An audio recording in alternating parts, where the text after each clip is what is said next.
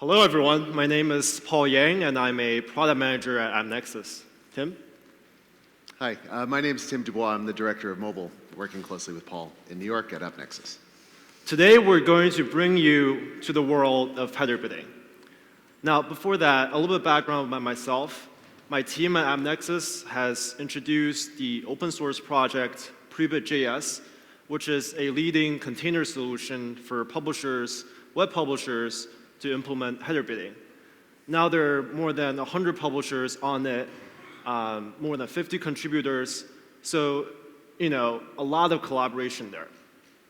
Now, before we do the deep dive into mobile header bidding, let's take a quick look into what's happened in the past year for display header bidding. According to a study by the publisher Hearst, more than 24% of the top 1,000 ComScore domains are running header bidding back in November last year. Now, if you have to do an estimate right now, I would say 40 to 50%, and the rest are probably thinking about integrating or are integrating right now. Now, why is that? Header bidding for web solves a lot of problems that web publishers are facing. Number one is web publishers are really limited to using only one exchange. Once they chose the ad server, that's the exchange they have to use. Once you're limited to one technology, there's no more competition, no transparency, and there's no real innovation. Header bidding allows web publishers to work with multiple exchanges in a very effective way, not mediation, but on a real RTB fashion client side. And also, header bidding takes away mediation. There's no more latency, everything is now, all the ad calls are in parallel, and you don't have to do the crazy ad ops mediation setup anymore. So at AppNexus, we really think about what's a true value add for the ecosystem, and that's why we created Prebid.js. It's an open source container solution that more than 100 publishers are using today. And what's really exciting about it is that there are more than 50 developers all over the world who are contributing today. It's available on GitHub, and you can go check it out. And more than 12 SSPs. These are the biggest SSPs right now. We're all collaborating together on Prebid.js for header bidding.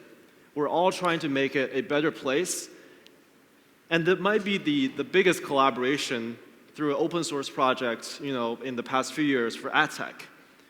And header bidding might also be the biggest thing that's happened to ad tech since the invention of RTB, of course, other than mobile.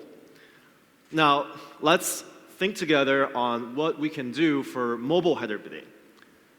With that, I'm going to pass it along to Tim, who has been in the mobile ecosystem for the past decade and worked with a lot of the top mobile app publishers. Tim? Thanks, Paul. So what I would like to talk about is how header bidding can help monetize apps. But before I get into that exact topic, I just wanted to share with you personally why I'm very interested in this topic. About 10 years ago, I was working at Google, and one day, they kind of pulled me aside, and I thought maybe I was in trouble about something, actually. But they actually wanted me to join a secret project. And that secret project was piloting, at that time, our very first G1, the first Android phone. It was a simple device at the time.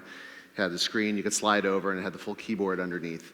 And I remember thinking to myself, first, I was quite honored to be involved in this. I couldn't tell anybody, otherwise they threatened to fire me on the spot. So I thought, I'm not going to talk about it. But I had this device, and it was the first time that I personally had the feeling of having the world in my pocket. I could go to any website I wanted to. I could search anything I wanted to. I had a great camera on me at all time. And of course, I could make phone calls if I felt necessary. But what was very interesting about this is I got to use it. I was thinking, suddenly, this really opens up a wild world of possibilities for advertising, for monetization, for personalization, for location. And I've been really interested in the space helping both advertisers and publishers for the past decade really figure out strategies and options, and then therefore adopting and applying technology against these challenges. So what I think is very exciting right now is for the first time in a good amount of time, we actually have the opportunity for a differentiated product in-app. Now, as Paul mentioned, and he's obviously deeply involved in this as well, we have great solutions on the web, and they've existed for some time. So any publisher who has a website or a mobile website likely is familiar with, and likely has adopted, or is presently considering adopting a header bidding solution for their advertising efforts. But what is completely new at this point, and is going to be a major theme of 2016 and the years ahead, is taking the concepts of header bidding and putting them into the mobile environment. So I'm going to hand it over to Paul again in a moment, who's going to actually talk through the solution and how it works. What I want to speak to you about very briefly is the common challenges which publishers are facing, and they tell us all the time, and how Paul will tie how these challenges can be addressed by the concepts of header bidding. So let's have a look at them. First, mobile essentially is a closed ecosystem. Many app developers and publishers, if they're not the largest top-end publishers, do not have a direct sales team. They leverage an exchange, and that exchange is a closed ecosystem. They're very happy to give all their inventory to an exchange in return for a check in the mail. Some magic happens in that process. But the majority of the inventory is not filled by exchanges, and they also need to rely on ad networks, which creates complications and latency. The take rates in this process are very large, meaning that these publishers are actually not getting the majority of the dollar which is available to them and which advertisers are spending on their inventory. And the transparency into the source of these demands is usually low, sometimes completely obfuscated. Secondly, there's little or no visibility into publishers' own data. I think we all know and appreciate how important data is and to its value of inventory these days. If publishers do not have access to their own data, if they're giving it away for free, or if they're not able to control it, this can potentially undervalue the data. So publishers therefore need to monetize their data in different ways. One of the major trends we're seeing right now is the move to private marketplaces, of course, on the web, in mobile web, and in app. This elevates the value of inventory significantly. Next, let's talk about mediation. What is mediation? Mediation is one of the oldest concepts of just calling one person after the other. We visualize it here as essentially just spinning a wheel and hoping for the best result. This is antiquated. There are better ways of doing this. Next, humongous SDKs. Anytime you talk to an app developer, the last thing they want is to hear that whatever we're talking about requires the SDK. It's usually the end of the conversation, and I look forward to talking to you again, and then they never do, right? It's not worth it. There's tons of bugs, it bloats your apps, and it can break everything. So the risk to return ratio can be very low. Also, latency, right? Latency kills everything.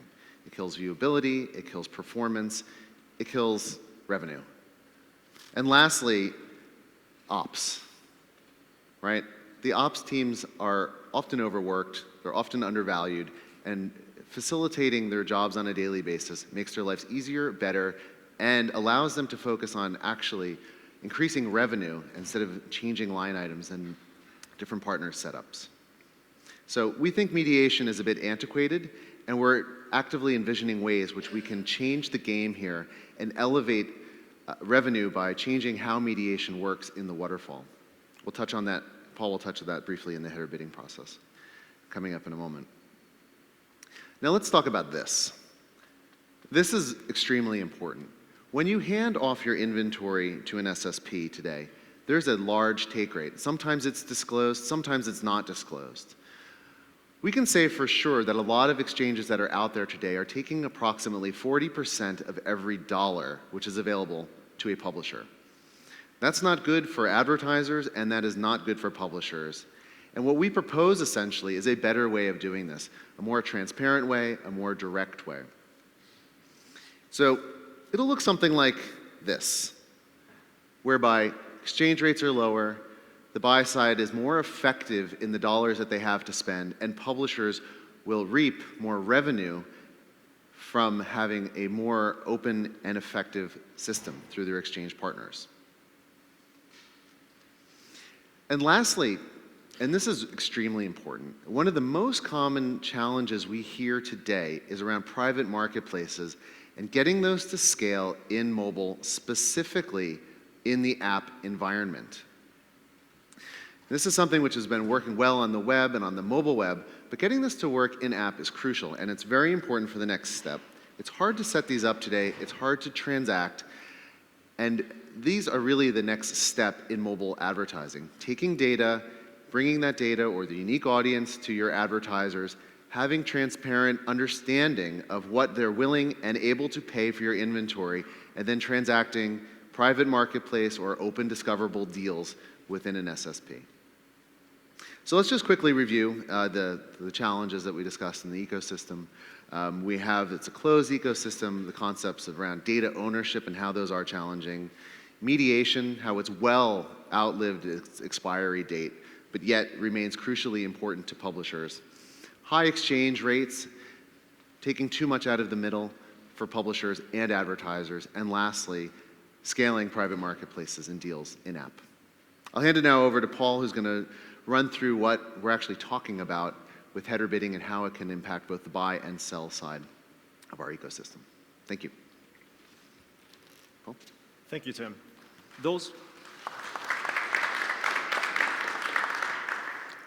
are some great problems to solve, and if we can solve them, can really make the mobile ecosystem a better place for all of us.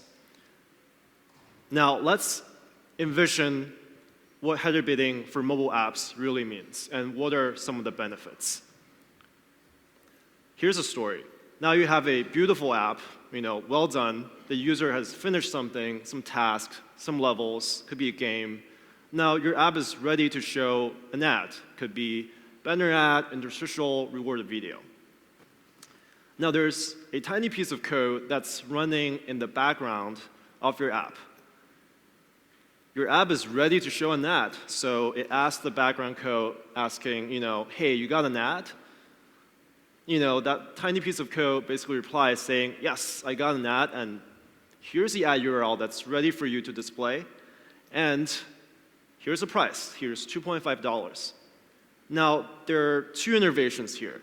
Number one is, this is not an SDK. This is really just a couple lines of code, client-side API that's running in the background that basically just talk to the server, ask for the price and the creative back, and that's it. It doesn't handle the rendering.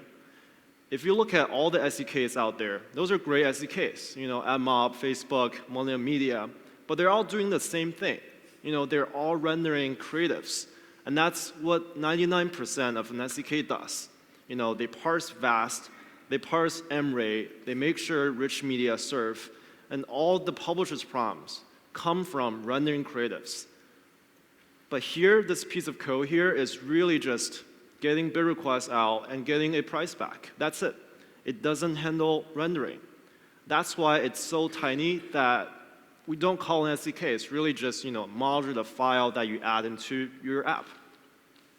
And second innovation here is that all this round trip happens within 0.1 millisecond, 0.01 millisecond. And that's because the price and the creative, they're pre-cached. They're just sitting in the background, ready to be grabbed. For mediation, you guys are probably familiar with going through 3 seconds, 5 seconds, sometimes 10 seconds in some other region for mediation. Now all this happens in an instant. So with those two innovations, once we pass the price and the creative back to your app will just pass it along immediately after to your ad server with your impression. Everything happens within the ad server. It's the same thing as for web header bidding, which is well solved. Right? You set up a couple line items, and your ad server compare your mediation line items, your class 1 direct sold exchange, and also compare it with header bidding line items. Now your ad server decides that $2.5 is the best price, and it's a really good price. So it's going to tell your app that, hey, how about let's just serve this ad? And boom, the banner ad shows up. If you don't think banner ads are sexy enough. Well, interstitials, videos, these are all ready for header bidding. Isn't that great? So let's review a few problems that Tim has brought up a little bit earlier, and let's see how mobile header bidding can really solve these issues. Number one challenge, which is mobile app publishers are limited to working with one single exchange in the past. Now they can work with multiple. And header bidding is really a weapon for publishers to work with multiple exchanges effectively and easily. It's not mediation anymore. Every single price back, it's real time, and it's evaluated in your ad server, and your ad server compare it with all the other demand sources. And the second big problem is solved is latency. With mediation, we're all familiar with going through a whole chain. You have to ask your previous one, ask your next one if there is an ad back. If not, you got to wait for 7 seconds, 8 seconds. But for header bidding, for mobile apps, there's pre-caching, and we can send all the bid requests in parallel, so there is no more waiting. Now, notice that this is even better for web, because for web, you can't pre-cache. You have to load the page every single time user goes to that page.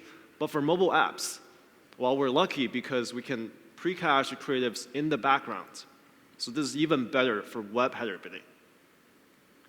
Third problem is, big SDKs and bugs and upgrades. And now, because this is really just a simple interface, they're literally, one function call, which is, hey, do you have an ad back? Yes, I do. So it doesn't have rendering, doesn't have, all the sophisticated code that normal SDK brings to your app. It makes upgrading much easier. There's essentially no more upgrading, and it's really clean and lightweight. And the last problem, which is ad ops, you don't have to set up all the mediation line items, and you don't have to manage your segments, your waterfalls every day, 3 times a day. Now you only have to set up the line items once for header bidding to work, and then you don't have to ever worry about it again because it just works. Now, to wrap up, we have a few proposals to all of you here and to the mobile ecosystem. If you're a bidder or if you're a network and you want to get ahead of the waterfall, or you want to see the real inventory and you want to bid your best ads to those inventory, try header bidding. And if you're a publisher and you really dislike mediation just like we do, all of us are doing a lot of debugging, then you should try header bidding. It really helps you work with multiple exchanges and to help you eliminate all the problems with mediation. With that, we're happy to talk with anyone who's interested and think header bidding makes sense for your business. We will hang out a little bit after this session, and we have a booth upstairs, and feel free to shoot us an email as well. Thank you. Thank you.